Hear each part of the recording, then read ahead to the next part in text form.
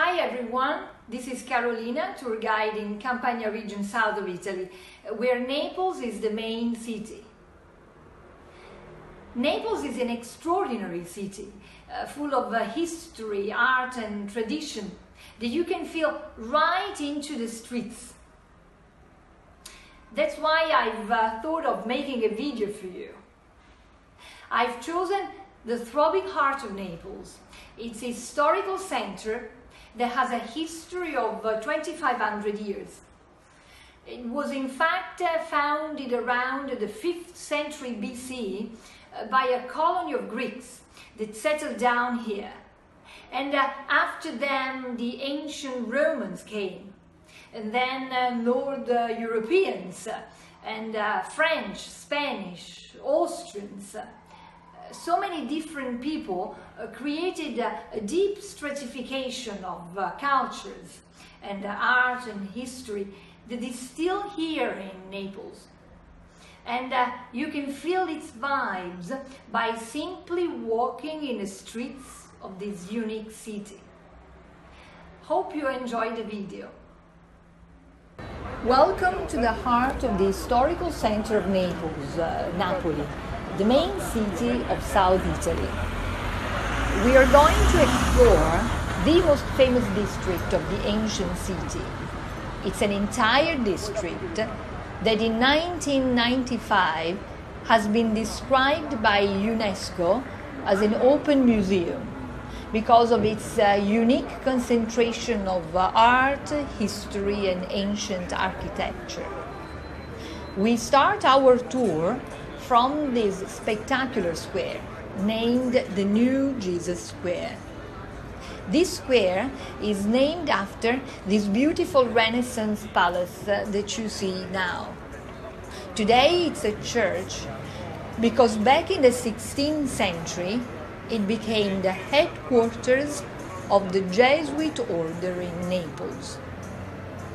This palace was built in 1470 and originally belonged to the aristocratic family of San Severino. They came from the nearby city of Salerno.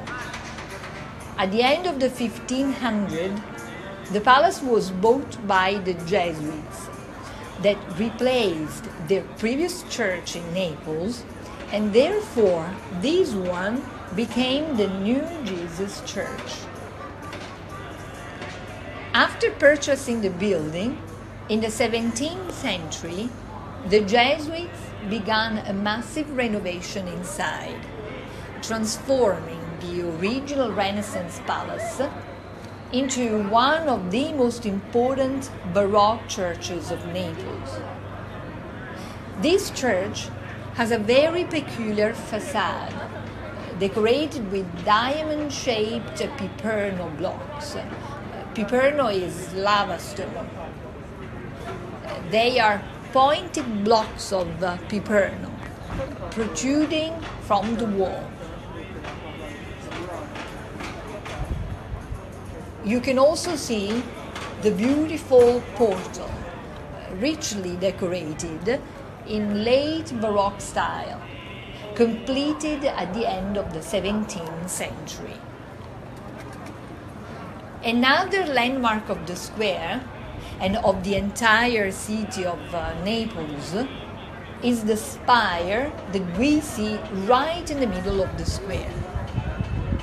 It's a monumental column dedicated to the celebration of the Jesuit order and to the Immaculate Virgin Mary, whose statue we can see on the very top of the spire, going back to mid-1700.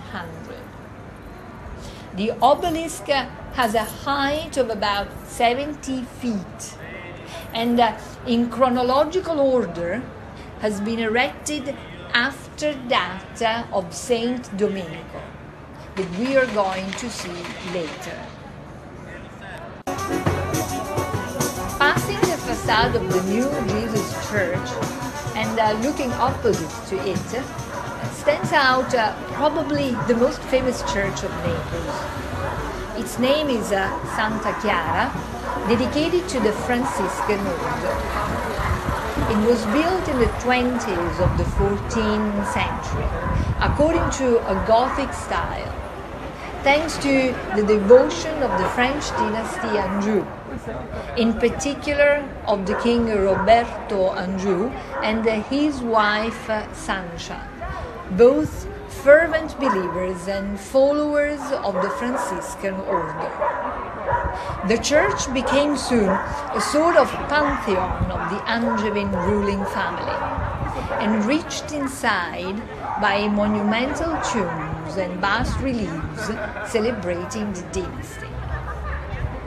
On the 4th of August 1943, during the Second World War, unfortunately, this church was victim of a severe bombing, and the roof was entirely destroyed, together also with a Baroque decoration that was at that time hiding the original Gothic one.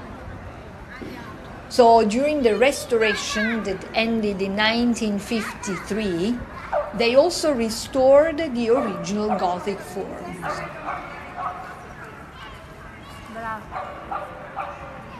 This is the east side of the church, where the bright yellow tuffo stone beautifully stands out in the daylight, as you can see here.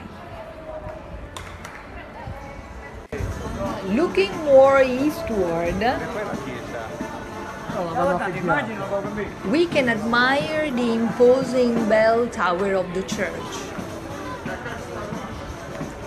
The upper part of the bell tower collapsed in 1456 and was slowly redone and completed only in 1604, while just the lower part of it is original of the 14th century, with marble slabs engraved with large Gothic characters commemorating the foundation of the church. We are now walking on a long straight road that is called by locals Spacca Napoli. It means cutting Naples, because this road literally cuts the historical center from west to east for a total length of almost 1.5 miles. This road is one of the most lively and typical streets of Naples, full of historical palaces that belonged to intellectuals and aristocratic families since the Middle Age. This section of the road is named after the Italian intellectual Benedetto Croce, who lived in the palace that you see here to the left-hand side between the end of the 19th and the beginning of the 20th century.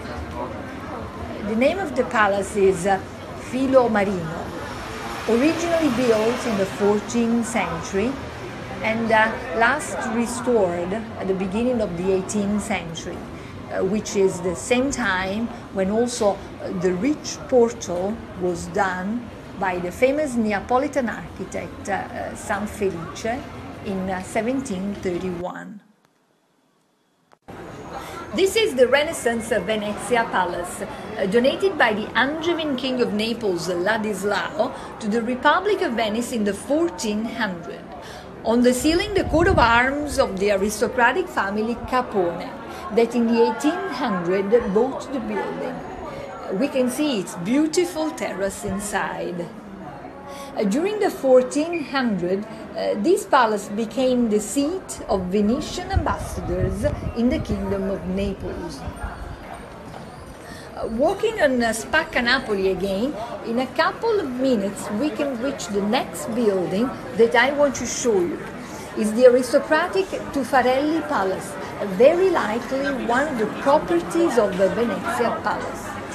Tuffarelli Palace was rebuilt in the 16th century in Renaissance style by the Tuffarelli family, But now inside you can see this fascinating architectural style typical of many 18th century buildings in Naples. Open staircases covered by cross-vault arches. In fact, what we see is the result of a renovation of the entire palace done in the 18th century and attributed to the architect Canale. He belonged to the school of the other architect Sanfelice, the main expert of this style. And finally, on the ceiling near the entrance, we see the coat of arms of the Tuffarelli family. Opposite to it, we have the Palace Carafa della Spina, that has one of the most impressive 18th century portals of Naples, entirely in Piperno. We see in the upper part of it high relief masks, while on the capitals there are satyrs that, like caryatids, have the function of supporting the balcony of the main floor. Between them is the large coat of arms of the Carafa della Spina family. We see in the street many local little shops selling typical street food. This is, for example, the famous cake called baba, with rum liquor inside. In fact, in English we call it rum baba, very famous. Other shops sell lemon liquor called limoncello, also very popular. And other shops sell, of course, pizzas. This street is also part of the ancient Greek layout of the city. When 2,500 years ago, right into this area, a Greek community settled down and founded the city of Naples. The name Napoli, in fact, means the new polis, that is, the new city, because polis means city in Greek. So the name of this city itself recalls its Greek origins. We are slowly reaching another famous square of the historical center, dedicated to another religious order, the Dominican order. Here we are in St. Domenico Square, dominated by the spire with a statue of the saint on the top, erected by popular vote to celebrate the ending of the plague of 1656. The Dominican order arrived in Naples already during the first half of the 13th century and built the church that we see today, also incorporating part of a pre-existing church dedicated to St. Michael the Archangel. The Church of St. Domenico was completed in 1324, and during that period, its convent became the center of the cultural life and also the most prestigious university of the Angevin kingdom, with the Faculty of Theology. The portal that we see on top of the stairs is original Gothic, while the flight of stairs in beautiful black Piperno is a remaking done in the 15th century Renaissance time by the Spanish Aragonese dynasty that ruled over Naples after the French Angevins. Around the square, there are many historical palaces that used to be properties of aristocratic families. The Casa Calenda Palace is opposite the church and was completed in the 18th century by the famous architect Luigi Vanvitelli, the same architect of the Royal Palace of Caserta. On the west side of the square, we see the Petrucci Palace, done in the 15th century where we can admire the elegant Renaissance portal in marble. On the east side, we see Corigliano Palace, also in Renaissance style, built in the 16th century, that today is the seat of the Oriental University for Asian Studies. And on the northern side of it, we have the magnificent Di Sangro Palace, done in the 16th century, to whose family belonged the famous prince of San Severo, a man of great personality and culture, who in the 18th century promoted an intense decorative project for its family chapel, the San Severo Chapel, recently visited by worldwide tourists.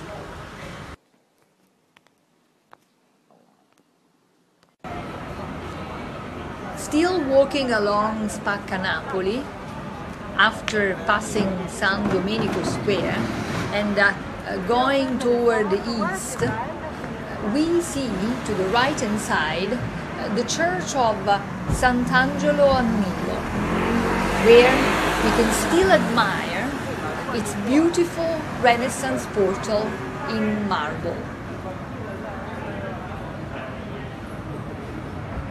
We are now into an area that during the late Roman time, which is around the 2nd, 3rd century AD, was inhabited by a colony of Egyptians that came from Alexandria. That's why the name of this section of Spacca Napoli is Nile Square. Historical documents proved the presence of migration flows of Alexandrians to Naples. Around the 3rd, 2nd century BC, they moved from Alexandria of Egypt and settled down in Naples, right into this district. They were mostly travelers, merchants, or even slaves, and decided to erect a statue that reminded them of their famous river. They believed, in fact, that the Nile was like a god, bearing prosperity and wealth to their native land.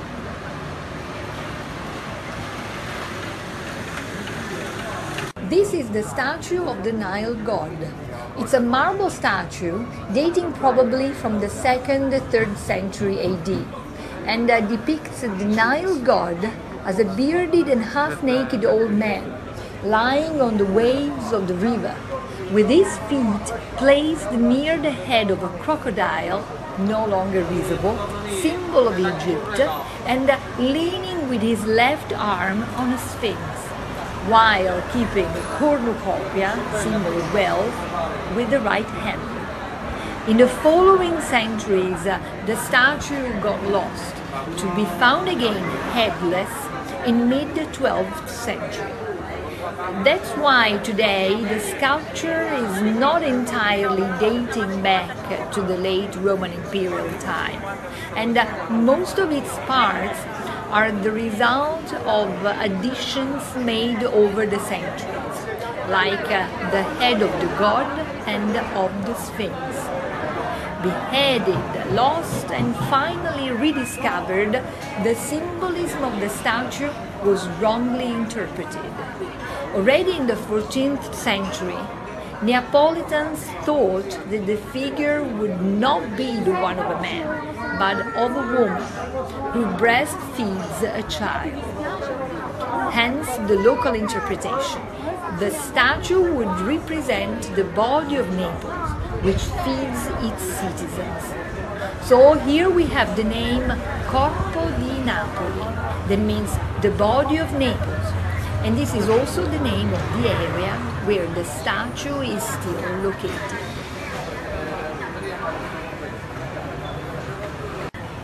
This section of Spacca Napoli is called San Biagio dei Librai, due on the one hand to the guild of booksellers that used to be here, and on the other to a small 17th century church dedicated to San Biagio. We soon find a local street food shop that sells a special biscuit that we call tarallo. Tarallo is a sort of a snack food, very popular in Italy and produced in Naples since the 1700s. The main ingredients are wheat flour, yeast, water, lard, salt and pepper, and since the 1800s added almond. Now we enter this tarallo shop,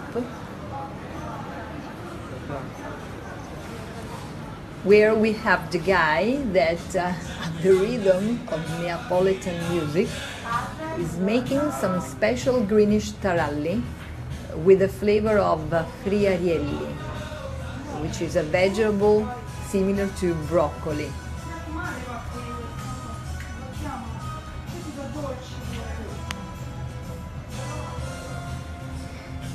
This shop is specialized in different flavors. They can be sweet or savory.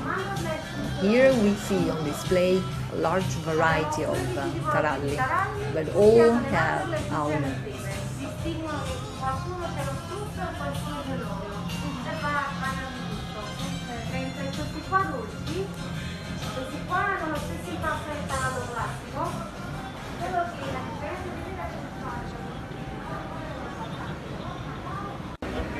We continue our walk on Spacca Napoli, and in the distance we can already see one of the most important Renaissance palaces of the city, the Diomede Carafa Palace.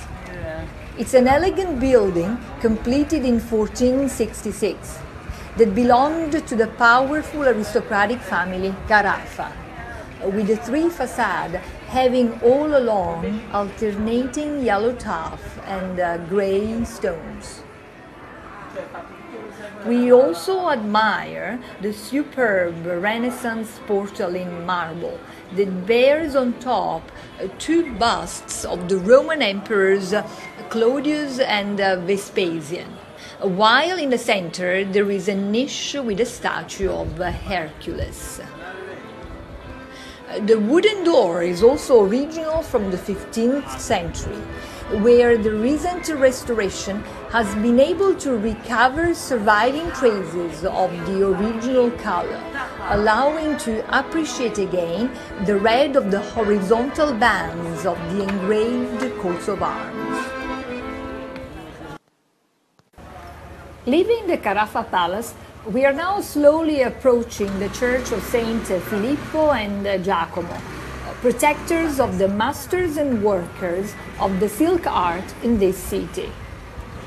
The church was founded in late 1500 thanks to the commitment of the powerful guild of the art of silk in Naples, but then was redone in the 18th century, of which period is the facade that we see now, with the interesting statues in plaster of the two saints Filippo and Giacomo, crafted by the famous 18th century Neapolitan artist Giuseppe Sammartino. Finally, we see a beautiful image of the yellow and black stones of the Carafa Palace.